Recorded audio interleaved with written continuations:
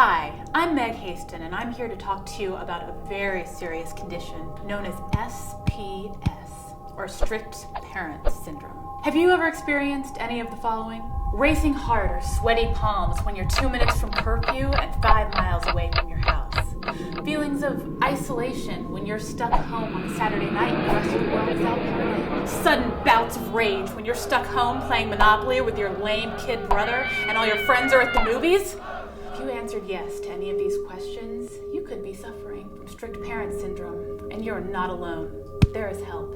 I'm Meg Haston, and here are 5 ways to deal with strict parents.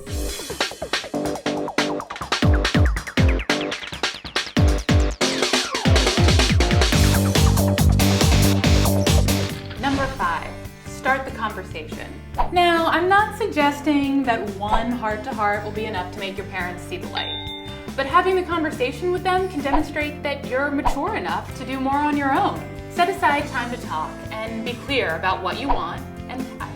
You could try something like this. Mom, Dad, I've been feeling really lonely and left out when I have to stay home and my friends get to stay out later. And there's a concert that I want to go to on Thursday night, but it probably won't get out until 11. Can we talk about it? Number 4, make a plan. Parents are strict for tons of different reasons, but I'm guessing that most strictness comes from parents wanting you to be safe and being worried about you. So when you're having a conversation, address these things specifically. You could say something like this. Mom, Dad, I know that you're worried about me going to the concert and staying out late, but there will be 6 of us there and we'll stay together the whole time. I'll call you when I get there and I'll call you when I leave. If they have other concerns, address those too. Just make sure to do it calmly. Number 3, pick your battles. Let's be honest, your parents are probably not going to go from a 9 p.m. curfew to a come home whenever you want policy. So pick your battles. Which nights are most important to you? Ask about those nights far in advance, and don't bother arguing with your parents about that movie night if it's not that big of a deal to you. Number 2, do your part. For your parents to treat you like an adult, you've got to act more like an adult. So if you've got chores, you should do them without being asked. And it's okay to do a little bargaining here.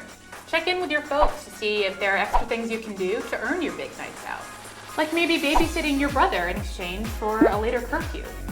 Just be sure to keep your end of the bargain. If you say you're going to be home by 10, be home by 10. Otherwise, you've shown that you're not mature enough to handle a later curfew. Number 1, be prepared. All the best how to deal tips in the world won't change the fact that sometimes your parents are just going to say no. And sadly, that's their prerogative. So be prepared for the occasional shutdown, and when it happens, be mature about it.